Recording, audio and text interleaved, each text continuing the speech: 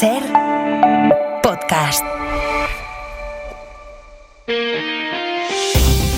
Las 8 de Hoy por Hoy en Ser Podcast.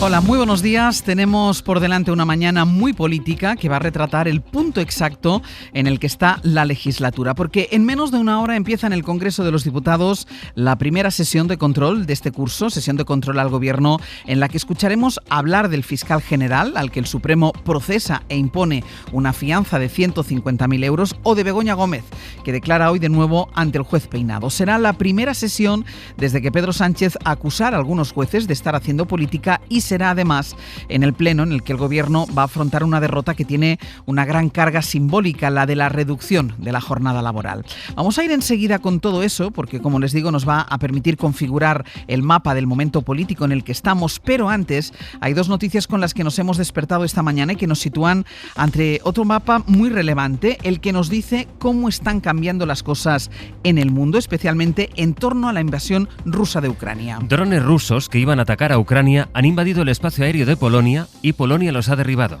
El Ministerio de Defensa polaco ha decretado el nivel máximo de alerta por una intromisión que ha afectado al tráfico aéreo en Varsovia y en otros aeropuertos los más importantes del país. El ejército de Polonia y la OTAN han activado de urgencia una misión de vigilancia. Sastre, buenos días. Buenos días, Barceló. Polonia ha pedido a la población de las zonas afectadas que se quede en sus casas al interpretar que esta madrugada se ha producido una amenaza real para sus ciudadanos. Varios drones rusos han sido derribados, pero tanto Polonia como la OTAN se toman muy en serio el episodio de hoy. De hecho, Varsovia habla de una violación sin precedentes. Acaba de abrir ahora el espacio aéreo de la capital. Bayo, buenos días. Buenos días, sí. Los aeropuertos de Varsovia y otros dos que seguían cerrados al tráfico en el este de Polonia empiezan a recuperar ya la normalidad tras una madrugada de alta tensión, en la que se ha escuchado a los aviones militares polacos y de la OTAN sobrevolando las regiones cercanas a la frontera polaca con Bielorrusia en prevención de nuevas incursiones de drones rusos.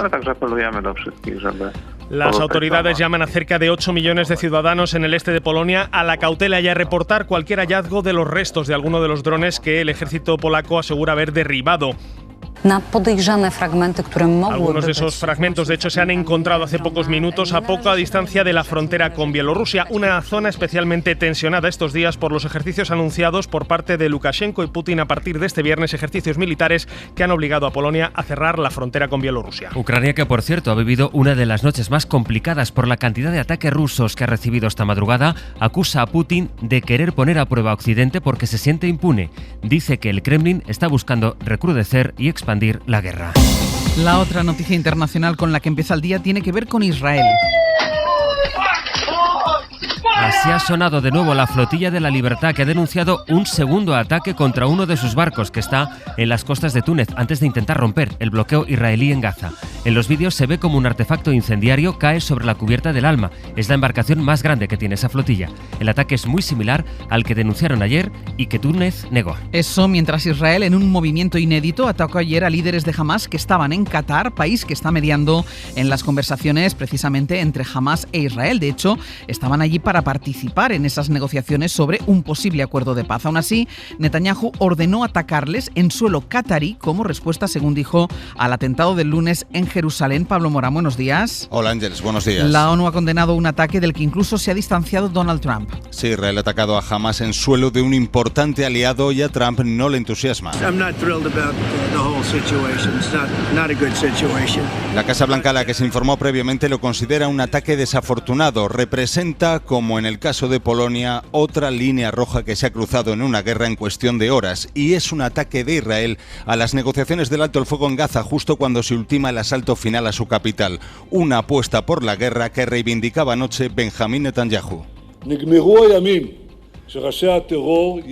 primer ministro israelí ha asumido la responsabilidad total del ataque en medio de la condena general de la comunidad internacional que ha mostrado su respaldo a Qatar.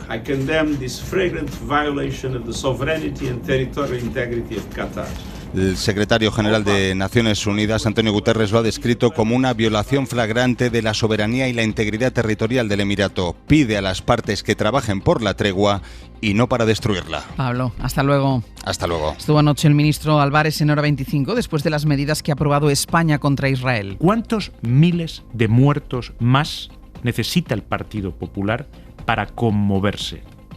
¿Cuántos miles de muertos gazatíes inocentes más necesita el Partido Popular para considerar que condenar esta masacre, eso sí es ecuánime?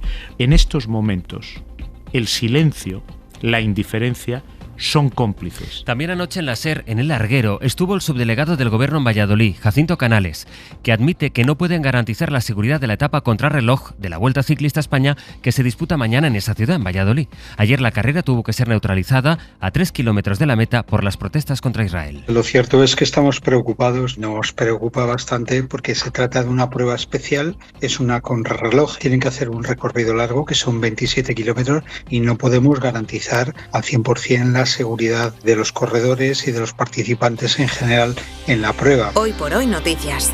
Ser Podcast. Bueno, pues explicadas las dos grandes noticias con las que despierta el mundo a esta hora, entremos en los detalles de nuestra crónica política. Que tiene como primer escenario, lo decías, el Congreso, donde empieza a las 9 la sesión de control y donde el Gobierno, después de abanderar estos días el rechazo europeo al genocidio de Israel en Gaza, se va a encontrar ya con la realidad de su debilidad parlamentaria que le deja, por ejemplo, sin la reducción de la jornada laboral, ni perspectiva tampoco de poder tener presupuestos. Y también con los casos de Begoña Gómez y del fiscal general, cuya continuidad defiende el Gobierno. Total confianza en el fiscal general del Estado, total confianza en los magistrados del Tribunal Supremo que van a juzgarle y dejémosles trabajar porque el Estado de Derecho funcionará seguro. Eso mientras Feijóo escribió en redes: si el PSOE no exige la dimisión de García Ortiz, le acompañará hasta el banquillo. Esther Muñoz es la portavoz del PP. Está tardando en dimitir y el presidente del Gobierno está tardando en pedirle y exigirle su dimisión si este no lo hace. Eso es lo que ocurriría en un país democrático. Guillermo Lerma, buenos días. ¿Qué tal? Buenos días, Ángels. ¿Cómo afronta todo esto el Gobierno? Pues en el Gobierno asumen que tienen por delante una jornada complicada, un miércoles en el que van a confluir todos los fantasmas de la legislatura, la agenda de los tribunales, con Peinado interrogando por cuarta vez a Begoña Gómez y la ausencia de mayorías en un Congreso que ayer avaló la ampliación de los permisos parentales con el apoyo casi unánime de la Cámara, pero hoy va a tumbar la reducción de la jornada laboral. Hay en el Consejo de Ministros quien se reconoce inmune ya a esa realidad. En el PSOE creen que las decisiones de los tribunales sobre la familia del presidente o sobre el fiscal evidencian lo que Sánchez explicitó la semana pasada, que hay algunos jueces intentando jugar un papel en la partida política. Aunque la estrategia de la Moncloa hoy es intentar que la agenda del Ejecutivo no quede enterrada por la ofensiva de la oposición, es lo que dicen y es lo que va a intentar Sánchez hoy en la sesión de control, pedir a Feijóo que se posicione en alguno de los asuntos que ha situado en el centro del debate, como las medidas contra el genocidio en Gaza. Guille, gracias. Hasta luego. En el caso del fiscal general, el Supremo confirmó ayer que le abre juicio oral, aunque en la fase de instrucción no ha aparecido ninguna prueba que demuestre que fuera él quien filtró el correo del novio del abogado de Ayuso, que en realidad desmentía el bulo. Ese correo aclaraba que era el novio de Ayuso el que pedía un pacto con la Fiscalía a cambio de reconocer 2 delitos. El Supremo le fija, por una supuesta revelación de secretos, una fianza que es mucho mayor de la que se suele poner para otros delitos e ignora los testimonios de los periodistas que declararon con obligación de decir verdad, que accedieron al contenido del correo antes de que lo tuviera en sus manos Álvaro García Ortiz. Ahora el fiscal general tendrá que reunir en 5 días los 150.000 euros que le piden de fianza, la mitad de lo que exigía Alberto González Amador. El Supremo ha descartado que García Ortiz tenga que renunciar a su puesto y él dice que defenderá su inocencia desde el cargo que seguirá ocupando, el de fiscal general. Isabel Vega, buenos días. Buenos días. El auto del juez Hurtado que sienta en el banquillo a García Ortiz no ha supuesto ningún cambio en su posición en la Fiscalía General del Estado. Y no solo porque la resolución rechace por falta de sustento legal la petición de suspenderle de funciones, sino porque era una resolución con la que él ya contaba cuando se expresaba así el viernes en la apertura del año judicial. Si estoy aquí como fiscal general del Estado es porque creo en la justicia y en las instituciones que la conforman. Y, por supuesto, también en la verdad. El juez, que le ha impuesto una fianza de 150.000 euros a consignar en 5 días, considera que tiene indicios sólidos de que García Ortiz filtró el correo del abogado del novio de Ayuso reconociendo 2 delitos contra la hacienda pública, pero él siempre ha sostenido que es inocente y ha descartado instar su cese en la creencia de que sería claudicar y sentar un mal precedente para la independencia del Ministerio Público. El punto de vista sigue vigente. Nada cambia, se limitaban ayer a comentar en fuentes de su entorno. Y la otra gran protagonista de la crónica judicial volverá a ser esta mañana mañana Begoña Gómez, la mujer del presidente del Gobierno, a quien vuelve a citar el juez Peinado, esta vez para declarar por un presunto delito de malversación. Miguel Ángel Campos. A las 12 de la mañana está citada Begoña Gómez para declarar como imputada por un delito de malversación ante el juez Peinado por la contratación de su asesora en Moncloa, Cristina Álvarez. El juez sostiene que indiciariamente la asistenta, que comparecerá una hora antes, ha realizado trabajos para los que no había sido contratada. Peinado había descartado inicialmente imputar a la esposa del presidente del Gobierno por estos hechos y trató de centrar esa acusación de malversación en el actual delegado del Gobierno en Madrid y en el ministro Bolaños. Pero después de que el Supremo descartara la imputación del ministro al no hallar el mínimo sustento indiciario literal, Peinado ha girado en redondo, se ha enmendado y ha imputado a Begoña Gómez por estos hechos. El juez también ha pedido todos los correos electrónicos de Gómez en los últimos 7 años en busca de pruebas, una decisión recurrida a la audiencia por excesiva. Y el juez que investiga los contratos sanitarios de la Junta de Andalucía, contratos de emergencia que se hicieron cuando ya no se podía, cita a declarar a los 3 gerentes del Servicio Andaluz de Salud y también a la actual viceconsejera de Economía. Es una información que adelanta esta mañana la cadena SER en Andalucía. Diego Suárez, buenos días. Buenos días. El juez de instrucción 13 de Sevilla cita a declarar como investigados el 25 de noviembre a los 3 últimos gerentes del Servicio Andaluz de Salud. También cita como testigo a la actual viceconsejera de Economía de la Junta, Amelia Martínez, que era la interventora general cuando la Junta destinó a dedo por el procedimiento de emergencia 242 millones a empresas sanitarias con la norma COVID ya decaída. Y cita al exdirector económico del SAS, José Antonio Miranda, destituido en el mes de marzo. En la Providencia, el juez vuelve a exigir los contratos de obra del antiguo Hospital Militar de Sevilla que Miranda firmó con fondos europeos. Hoy por hoy noticias. SER Podcast. Acaba de terminar el encierro en la simbólica parroquia de San Carlos Borromeo en Vallecas, en el que han participado esta noche los líderes sindicales de UGT y de comisiones en protesta porque el Congreso va a tumbar hoy la reducción de la jornada laboral, que era la gran medida de Sumar y que además permitía al Gobierno trasladar la imagen de que puede impulsar reformas sociales aunque no tenga la mayoría para los presupuestos. El Gobierno lo va a tumbar en la fase de enmiendas, es decir, sin que se pueda tramitar o debatir la norma cuya votación ya se aplazó a después del verano porque faltaban los votos de Junts, que siguen faltando. Nosaltres estem a favor de reduir la jornada laboral. Estamos a favor de reducir la jornada laboral, pero estamos más a favor todavía de preservar los puestos de trabajo, decía Míriam Nogueras, que llegó a decir también ayer, por cierto, que Junts es el único partido que se ha leído los datos para saber bien, para leer bien cuál es la medida y sus efectos. Yolanda Díaz, sin embargo, insistía. No tengan la menor duda que vamos a estudiar cómo, cuándo y dónde, pero la norma va no solo a tramitarse, sino que lo más importante, se va a ganar. Porque hay luchas que son imparables. Los sindicatos han convocado protestas frente al Congreso y frente a la sede de la patronal catalana por su rechazo a la medida. En Francia, precisamente, hoy serán noticia las protestas, en este caso a gran escala, incluso con el propósito de paralizar el país, inmerso en su enésima crisis política después de que el primer ministro Bayrou perdiera la moción de confianza en la Asamblea. Macron ya ha nombrado a un nuevo jefe de gobierno que es macronista como el anterior, pero el presidente de la República va a poder constatar hoy cuál es el grado de malestar en las calles con sus propuestas de reformas económicas. En una estación de París está en directo ahora mismo nuestra compañera Lucía Riera. Lucía, buenos días, cuéntanos. Hola, buenos días. Sí, las puertas de París que dan acceso a la capital por la autopista periférica están siendo puntos estratégicos del bloqueo desde la madrugada. Yo estoy en la puerta de Montgueil, en el sureste.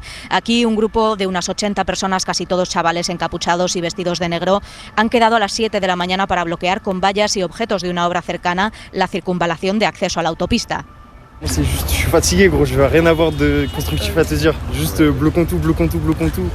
Su afán es ver la salida de Guaidó, ministro del Interior, nos dice este chico, minutos antes de que aparezcan los antidisturbios para desmontar la barricada y dispersarlos con gases lacrimógenos. Cerca de otra de las puertas, la de Vincennes, ha habido bloqueo desde las 5 de la mañana en un depósito de la red de transportes ya desalojado por los antidisturbios. Son solo algunas de las acciones que ha frenado ya la policía, tanto en París, donde hay ya 51 detenidos, como en Burdeos, Nantes o Lille. Volveremos a París a lo largo de la mañana. Lucía, gracias.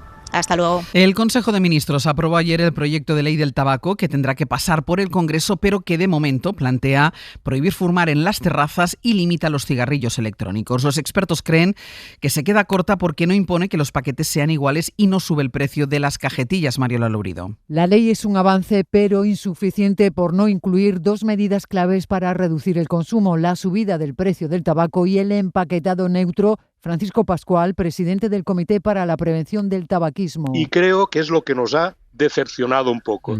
Se ha priorizado el tema económico, vamos a decir más del Ministerio de Hacienda que del Ministerio de Sanidad. Otra crítica: no restringe la venta de los vapers a los estancos, seguirán en tiendas, gasolineras y otros puntos de venta. Además, los expertos creen que las multas de hasta 600 euros para los menores que fumen no son eficaces. Por la reeducación más que por la sanción económica que queda a veces en lo que queda. Y si se la cargas al padre... Los hosteleros hablan de una ley desproporcionada, alertan de que perjudicará al turismo y a la imagen de España. Los empresarios del vapeo advierten del aumento del mercado negro y el sector del tabaco denuncia demasiadas restricciones. Y una jueza federal de Estados Unidos ha bloqueado de manera temporal el despido de una de las gobernadoras de la Reserva Federal, de Lisa Cook, quien va a permanecer, por tanto, en el cargo mientras impugna la decisión del presidente del país, Donald Trump, que le había acusado de cometer fraude hipotecario. Significa que seguirá en el cargo mientras se decide sobre el precio del dinero. Para no perderte ningún episodio, síguenos en la aplicación o la web de la SER,